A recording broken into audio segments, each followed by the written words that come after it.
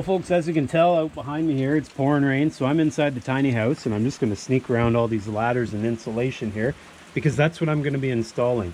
So the tiny house is completely framed. We got a solid roof on there and stuck it inside the door here. We've pretty much got things, underway.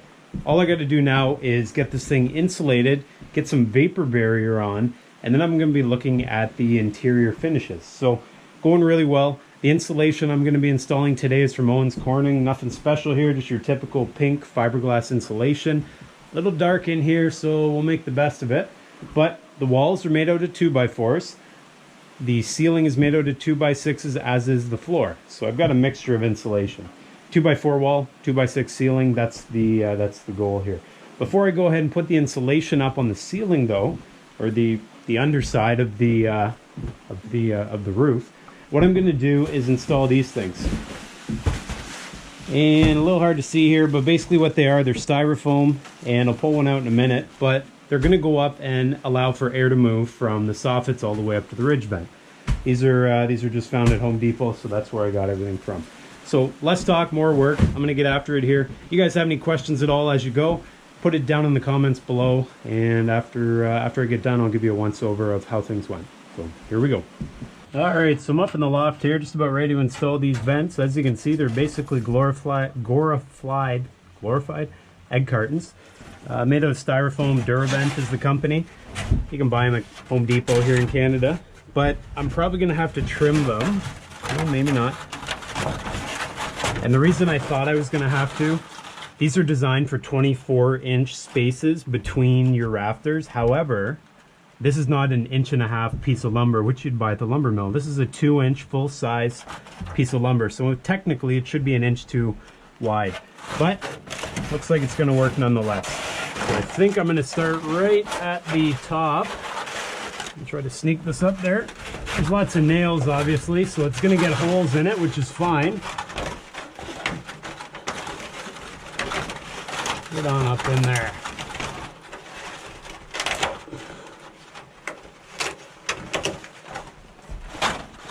Probably gonna be about the best they can do.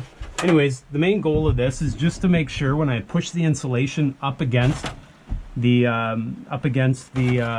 roof, I guess, the bottom of the plywood here, it doesn't collapse that airspace and not allow air to flow up. This just gives a continuous flow of air from the soffit all the way up the underside of the roof up into the ridge vent.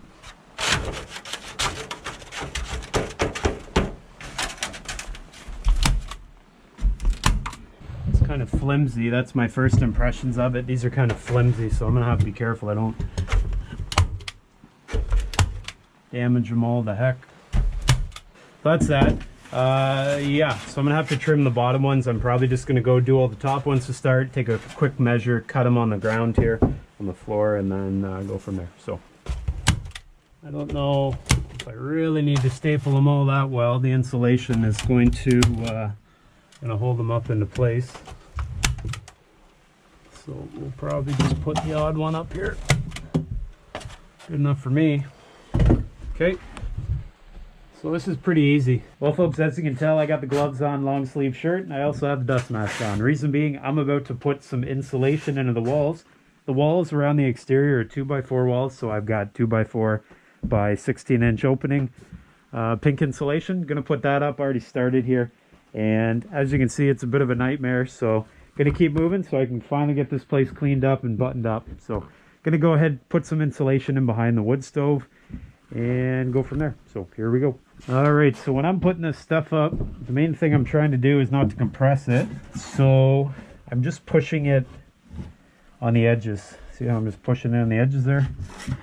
And what that does, it just allows it to fill the cavity without getting squashed, because as this stuff gets squished down, it loses its R value. So as you can see, it's full there. That's all you're doing. Then moving on to the next. And you'll notice there's no vapor barrier up yet, because you always want the vapor barrier on the warm side of the wall. So the warm side is this side. So when the warm air meets the cold air from the outside, it can condense, but it can condense on the exterior of the wall, or at least the cold side of the wall, and be able to dry. There's that. And I'm gonna have to probably trim the top ones here. So what I'm going to do to trim it, I'm going to get it into position. It's a little long, so let's pull this down a bit.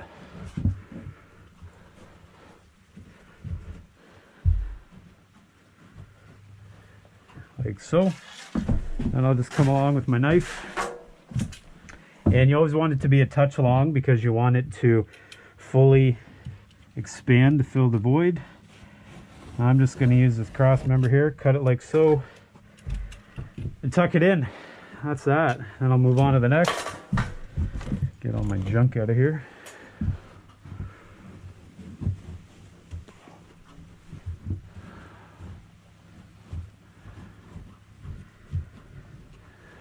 And I'll do the same.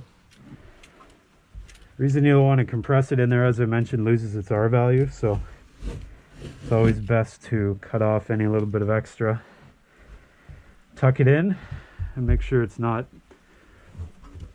too bunched up. So there you go.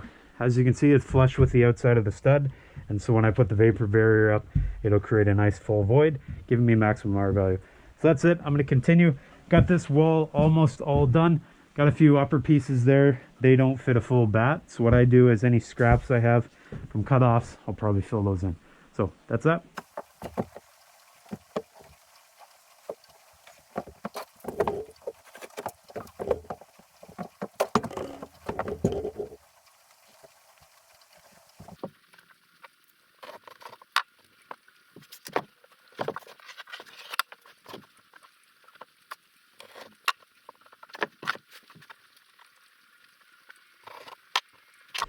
Alright, now that I've done all down there with the 2x4, I'm going to get up here with the 2x6 size insulation, and it's going to go right here. Got all the vents in place. The real question is whether this insulation is going to be able to sit there and not fall on my head. So you guys are seeing this for the first time. I am, obviously.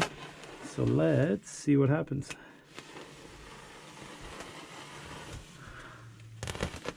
It's pretty amazing how they package so much insulation in such a small package.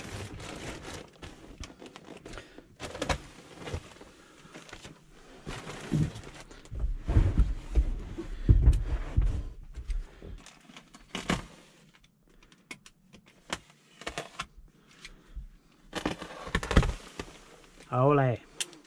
Better get on my old dust mask here.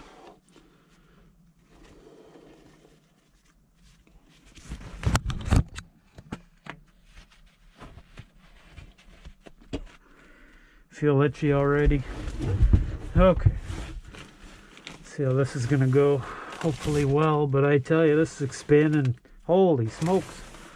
I'm not gonna be able to get down the ladder.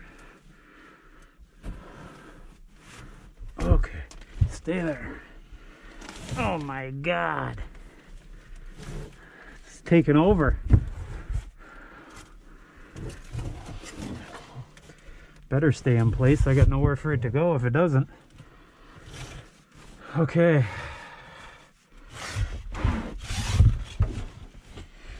Well, usually at this point in time, I feel like a job's either going to be good or it's going to suck. And I'm starting to feel like this is going to be one of those suck jobs. Oh, for gosh. I'm going to be just covered in them.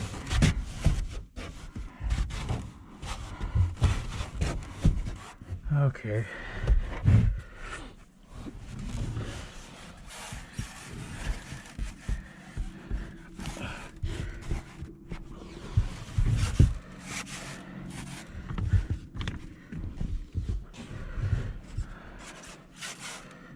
Well, so far so good, I guess. I'm gonna have to cut this.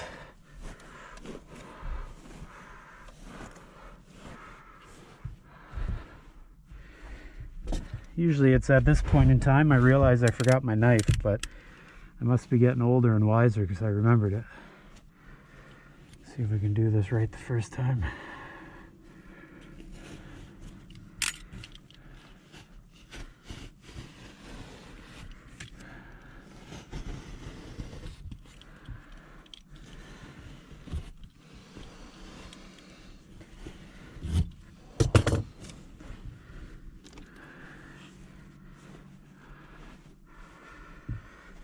Okay, not bad. So that is looking like it's gonna stay there, so that's a positive, I think. Anyways, I'm gonna be quiet and keep working because I don't want this to make me any more itchier than I am. So here we go. The worst part, trying to get it down into the bottom of the wall so it's gonna meet up with the insulation on the wall. So you gotta get right in here and make it fit down in there.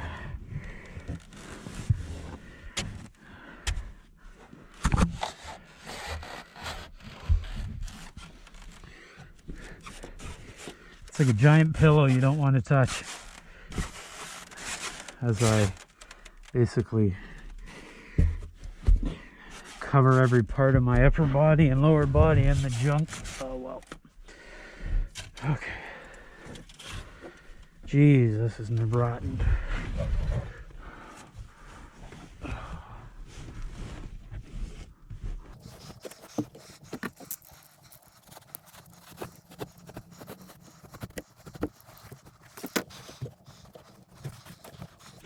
Oh yeah, this is definitely looking like it's gonna fall on me.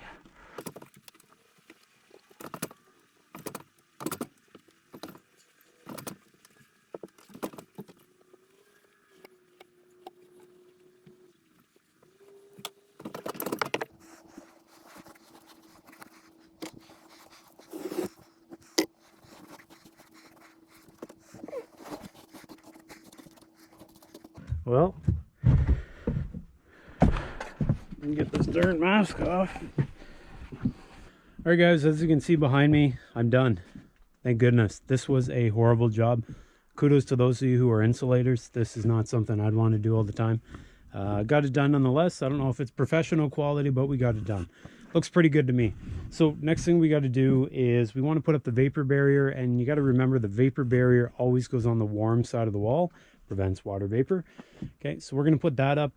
Not sure how I'm going to tackle it or when I'm going to tackle it because I'm pooched for today.